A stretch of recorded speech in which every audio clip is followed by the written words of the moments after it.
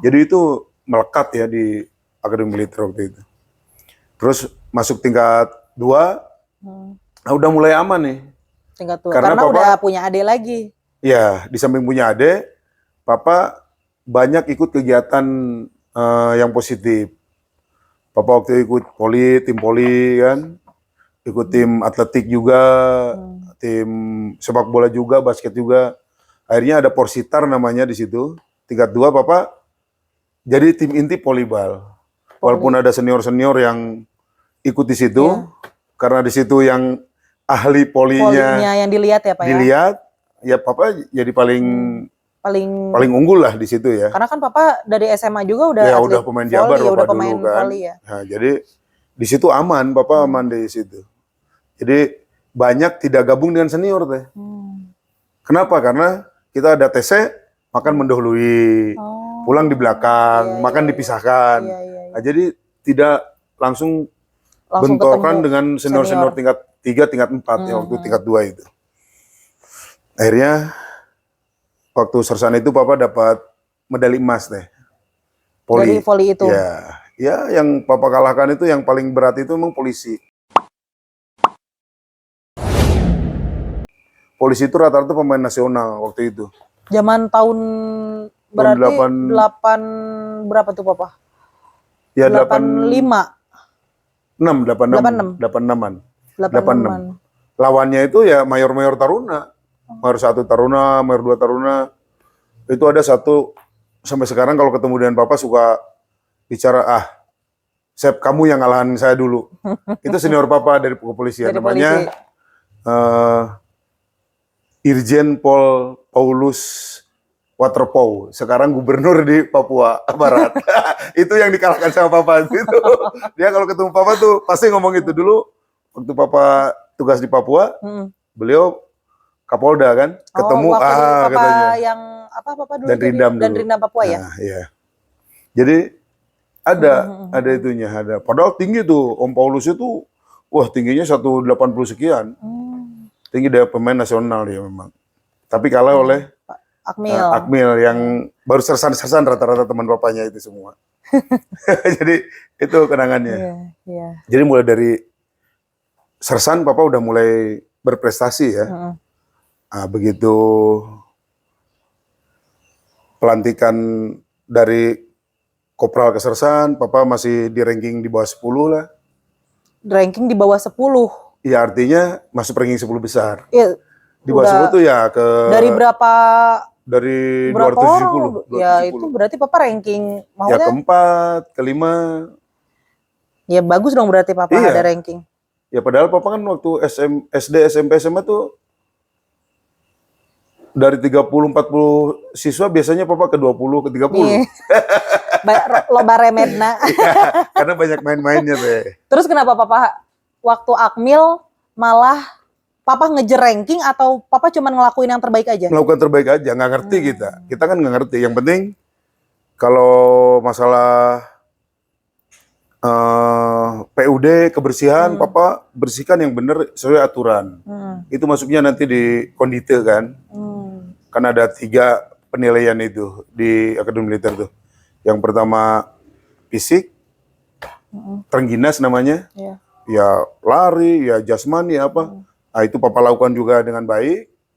Ya alhamdulillah itu juga selalu di antara ya 10 besar itulah di di Taruna itu.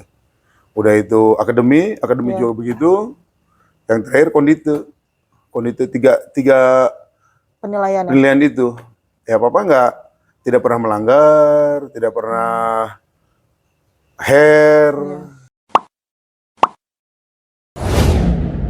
Itu aja yang Papa lakukan. Yang penting tidak tahu, pokoknya kerjakan yang terbaik. Di kelas tidak pernah tidur, itu aja. Jadi begitu sersan naik ke mayor, ya kan Papa tidak tahu juga tuh.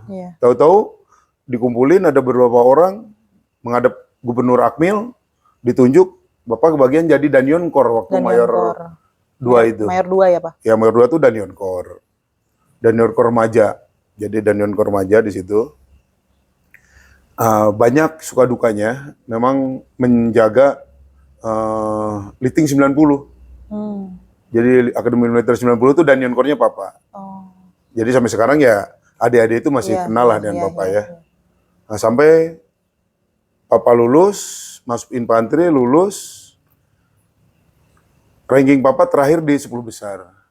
Ranking papa masih tetap di 10 Di 10, besar. iya. Walaupun papa udah Dewan-Kor. Karena kan Iya. itu banyak menyita waktu untuk Iya. belajar, untuk apa kan. Makanya NRP papa kan 32-240. Nomor satunya 32-231. Oh. Papa 32-240. Jadi 10 besar papa. 10 besar ya. Iya. Di 10 besar papa di situ. Dari situ baru menyongsong tugas Lulus pendidikan. langsung lulus Taruna. Tahun Jadi 88 ya. Nah, papa kan kalau misalnya masuk di 85, baru masuk Akmil. Papa keluar di 88. Iya. Otomatis kan cuma 3 tahun Iya. tuh pendidikannya. Iya. Kenapa bisa kayak gitu, Pak? Yang seharusnya kan 4 tahun. Harusnya 89 ya. Iya, harusnya 89. Kebetulan waktu itu ada program baru. Ya papa diuntungkan di situ. Kalau papa masuk 8, keluarnya 89 tambah tua lagi kan. Iya. Jadi masuk jadi 88. Makanya begitu papa masuk Sersan Taruna, ada program bahwa lifting papa 88 akan diuji coba untuk 3 tahun pendidikan. Oh. Namanya kan akademi. Iya. Iya. Masa akademi 4 tahun katanya. Iya.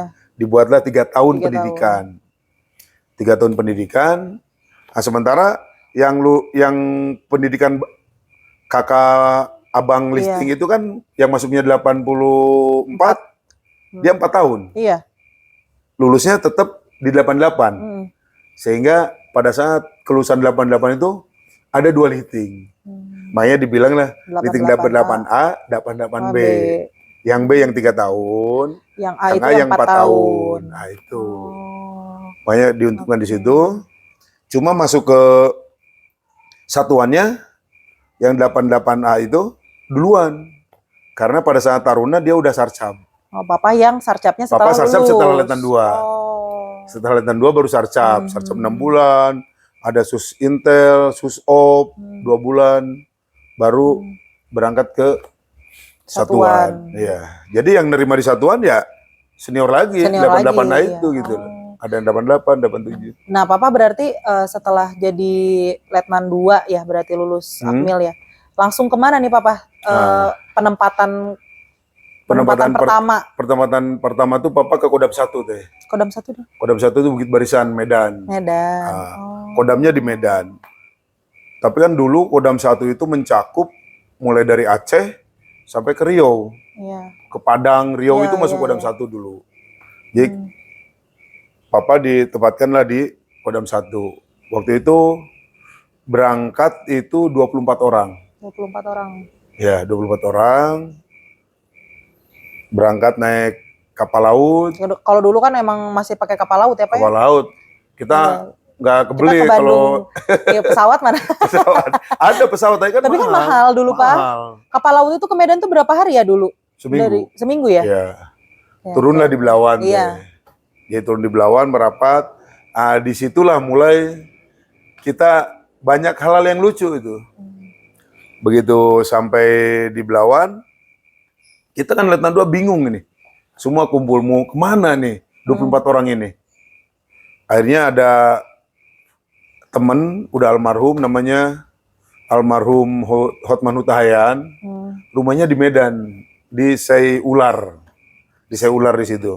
Telepon lah, kasih tahu boleh tidur ke rumah aja dulu di situ. Sebelum masuk ke Kodam. Karena datang itu. Akhirnya kita di Belawan tuh duduk-duduk lah, nyari angkutan yang masuk ke Medan. Kan jauh tuh lumayan Belawan Medan itu.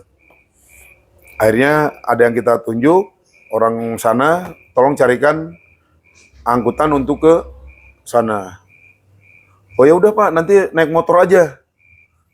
Papa bilang, Bang, jangan naik motor, kita 24 orang ini. Nggak cukup motor itu. Enggak Pak, cukup Pak, nanti bisa masuk sini. Wah, kita tambah bingung, gimana 24 orang naik motor dengan perlengkapan kan? Iya. Begitu datang, ternyata bis. Karena bahasa Medan itu motor itu. Motor tuh ternyata mobil. Mobil. Ternyata motor tuh mobil. Iya. Udah kita naik lah, jalan lah ke sana. Sampai di rumah, sore-sore lah, dari pagi kan datang, sore-sore ada teman-teman yang bilang, kita jalan-jalan yuk ke tempat saudara katanya, ada di tempat saudara yang rumahnya di Setiabudi. Kota berarti itu ya, Setiabudi apa? Iya di kota, di Medan, Setiabudi Medan. Iya. Yuk ke Setiabudi. Pak bilang, ayo kita tanya sama yang punya rumah ya, kemana jalannya? Pak tanya lah, Bang, kalau ke Setiabudi di sini lewatnya mana? Sana deket Pak katanya. Pak deket Pak. Naik apa di sana? Ya udah naik kereta aja. Tuh ada di belakang kereta. Wah, hebat sekali orang rumah ini punya kereta Pak bilang. Dari mana keretanya? Itu di belakang. Begitu dibuka belakang itu sepeda motor, kereta katanya. Disitulah kita bahasa itu maunya belajar ya, lagi apa ya? Baru tahu kan? Iya. Kan baru tahu, kita di Jawa terus ke sana baru tahu gitu. Jadi ternyata sepeda motor itu adalah kereta panggilannya. Nah udah Pak situ akhirnya besoknya kita ditampung di Denintel Kodam di Helvetia teh. Helvetia. 24 orang di situ di Helvetia. Udah itu ya tiap hari lari dari Helvetia ke Kodam. Ya lumayan lah 5-6 kilo lah. Lumayan jauh juga berarti Pak Helvetia ke Kodam. Iya Helvetia lumayan. Jadi tiap hari suruh lari, berangkat lari, pulang lari, gitu aja. Hampir 1 bulan di situ. Nggak dipindah-pindahin. Di Medan dulu berarti di Medan, Bapak pertama kali di Kodam ya. Nah baru kemudian kita diterima oleh Pangdam. Kebetulan Pangdamnya itu orang Ambon. Waktu Papa tugas di Ambon itu ketemu lagi dia gubernur. Pas Papa di Ambon waktu dulu. Waktu di Ambon tuh gubernur Ambon tuh dulu Pangdam Papa. Dandion. Oh Dandion Papa. Dandion di Lindung 100. Beliau yang jadi ketua penerimaan itu kan. Iya. Akhirnya kita dibagi-bagi lah teh. Papa, Om Arif. Oh berarti Om Arif itu langsung dari Akmil langsung bareng sama Papa? Papa? Bareng terus. Papa, Om Arif, Om Rifki, Om Heran. Itu dapat di Aceh. Korem Aceh. Acehnya di mana Pak? 011 di Lawangsa. Di Lok Sumawe. Lok Sumawe ya? Iya, dapat di sana. Sementara yang lain-lain ada yang di 132, ada yang di Lindung 100, ada di mana di Medan, ada yang di Riau. Iya. Pokoknya dipencar lah semua 24 orang itu ya. Nah, terus udah itu dari 4 orang itu karena batalion Aceh mau berangkat ke Timur-Timur, disuruh cepet datang ke sana lah ke Korem. Iya. Kita naik bis sampai Korem Lok Sumawe, menghadap ke situ ke Danrem. Di situ juga Papa ada yang luar biasa tuh. Apa tuh Pak? Begitu ketemu Danrem, langsung Danrem ngomong, kamu Yosep ya? Siap. Kamu yang dulu mukuli anak saya ya katanya. Padahal itu main-main. Oh. Padahal Danrem itu adalah waktu Papa Mayor Taruna, Dandion Korea. Iya, iya. Putranya Danrem ini ada Kopral Taruna. Oh. Ada Kopral Taruna, dipukul, ditendang oleh seniornya, kakinya patah. Papa amankan, Papa jaga apa. Papa bantu berarti. Pada saat itu Danrem itu adalah Asop Kodam 5. Namanya Pak Ali Hanafia. Kodam 5 Asop datang, Papa dipanggil, terus minta tolong untuk ngamankan anaknya supaya sembuh. Sekarang yang Kopral Taruna itu udah jadi Pangdam sekarang. Tetap berarti. Tapi dekat dengan Papa. Iya, maksudnya berarti sebenarnya bisa dibantu juga kalau misalnya untuk penyembuhan yang. Iya Papa jaga kan supaya tidak tersentuh oleh senior lagi waktu itu. Karena kalau itu kan bisa jadi masalah ya Pak ya, kayak gitu ya. Nah, jadi begitu Papa datang ke Lok Sumawe, ketemu itu dengan Pak Ali itu, langsung meluk Papa, ibunya dipanggil, langsung dikenalkan, Bu ini Bu, Yosep nih yang dulu membantu anaknya gitu loh. Papa langsung dikasih suruh makan, dikasih baju, jamuan kasih berarti pokoknya. Papa kan berempat, tapi Papa hanya sendiri yang dipanggil itu loh. Iya. Kebetulan waktu itu nyampe Korem itu ada lagi pertandingan antar Korem Sekodam 1BB. Apa tuh pertandingan apa, Pak? Macam-macam, ada atletik, ada voli, ada segala macam. Tembak gitu-gitu ya, Pak? Iya, segala macam. Akhirnya kita berempat, Om Arif, Papa, Om Herlan, Om Rifki, dites bisa apa gitu loh. Kemampuannya apa aja Iya, masing-masing. dites Gitu ya. sama orang jas itu. Om Arif ikut loncat tinggi, karena memang di Taruna kan ikut loncat tinggi ya. Yang lain ya ikut yang lain lah. Ternyata dari tes itu, yang ikut tim Korem itu hanya Papa sendiri. Karena Papa ikut volley itu? Enggak, ikut tolak peluru. Oh, tolak dengan lempar peluru. cakram. Karena Oraum nggak ada waktu itu. Oh, dulu nggak ada volley. Belum ada tesnya untuk volley. Hanya ada atletik. Akhirnya Papa ikutlah. Ini ikut atletik waktu itu teh. Ikut atletik. Sementara yang 3 orang dipulangkan ke batalion, diserahkan ke batalion 113 di Biren. 103. Oh, emang 113 itu di Biren ya, Pak? Di Biren. Jadi kurang lebih 60 km lah dari Lok Sumawe. Iya. Papa kan nggak tahu nih apa kegiatan yang teman Papa, Pak Om Arif, Om ini di batalion itu kan nggak tahu ya. Papa ikut atletik aja. Pertandingan lah ke Medan lagi. Iya. Pertandingannya di Medan tuh teh. Berarti dari Lok Sumawe Papa ke Medan? Dengan tim. Papa Letnan 2 baru suruh ikut ke sana. Iya.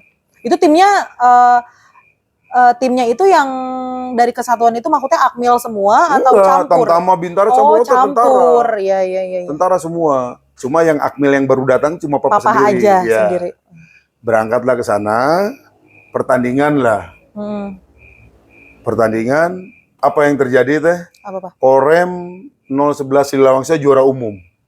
Di Medan itu? Di Medan itu. Kan Korem banyak, ada Korem Melabo, Korem Sumawe, Korem Jambi, Korem Rio, Korem Padang. Kesini kan banyak. Korem Siantar. Yang juara umumnya Lilawangsa. Juara umumnya Korem 11 Silawangsa. Yang membuat juara umum siapa? Papa teh. Hanya dapat 2 emas. 2 emas itu bisa juara umum. Karena yang lain hanya 1 emas, 1 emas, 1 emas. Iya. Papa dapat 2 emas, tolak peluru dengan cakram. Emas dua-duanya Papa.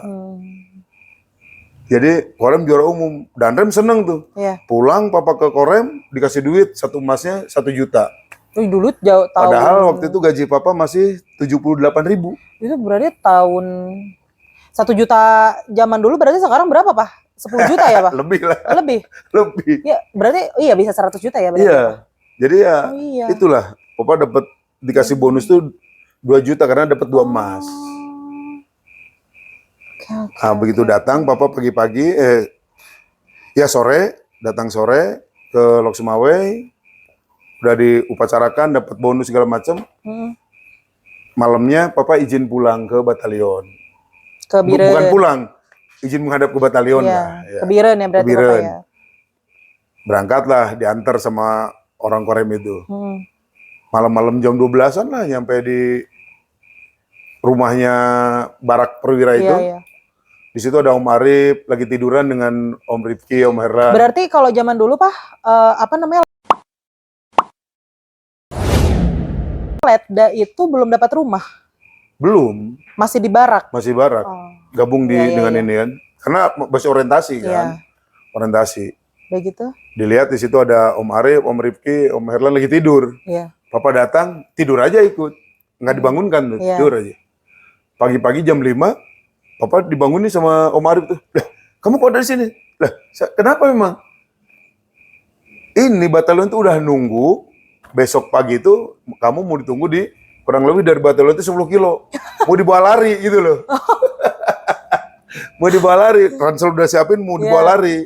Supaya orientasi gitu kan. Tapi Papa udah datang ke situ kan.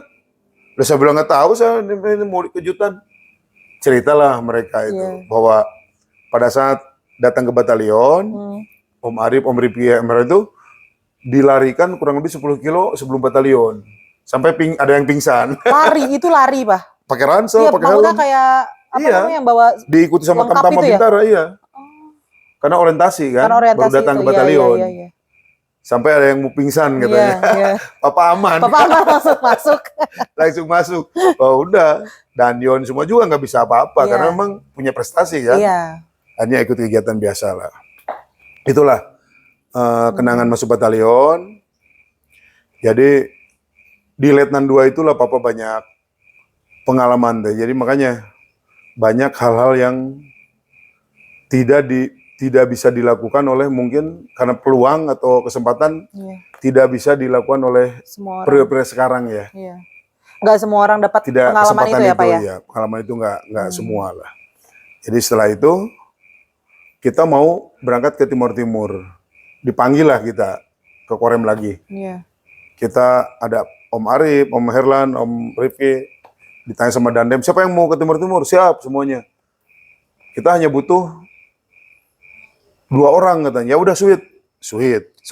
Ya. Akhirnya Om Arif yang menang. Kita kan mau tugas tuh semangat. Oh. Kita berempat. Tapi Mahutnya zaman dulu Mahutnya Sweet. Depan Dandem Sweet.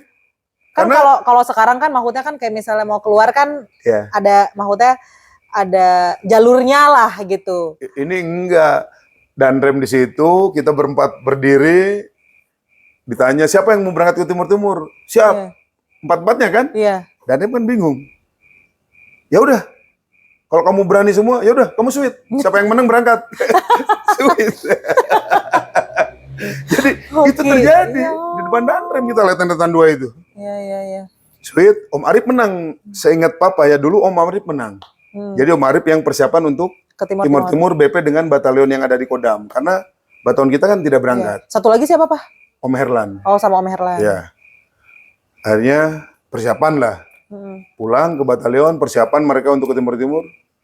Itu meletus GAM. Oh. Adanya 1 orang dan Ramil di Idi Raya, namanya Kapten Trimin. Iya. Yang dibunuh, diikat lehernya, dikerek di tiang bendera oleh GAM. Sulaiman Daud. Yes, Daud. Pokoknya GAM yang ada di Idi Raya. Tapi itu GAM dari sebelum Papa datang ke sana memang sudah ada. Oh belum kedengar, belum terdengar. Belum ada. Gitu. Baru pecah. Sebetulnya GAM ini udah ada tahun 50 udah ada. Maksudnya perkumpulan mereka itu udah ada GAM itu. Cuman pecahnya itu di saat Papa kemarin dulu di sana. Jadi gini. Kalau masalah Aceh Merdeka, belum GAM ya, Aceh Merdeka. AM dulu. Itu zaman Hasan Tiro, tahun 50-an udah ada. Sebelum Hasan Tiro masih ada Daud Breueh DITI. Daud Breueh punya murid namanya Hasan Tiro. Hasan Tiro itulah yang mencetuskan Aceh Merdeka, gerakan Aceh Merdeka. Tapi tahun-tahun 60-an udah tidak ada lagi, mereda. Hasan Tironya lari ke luar negeri, ke Swedia.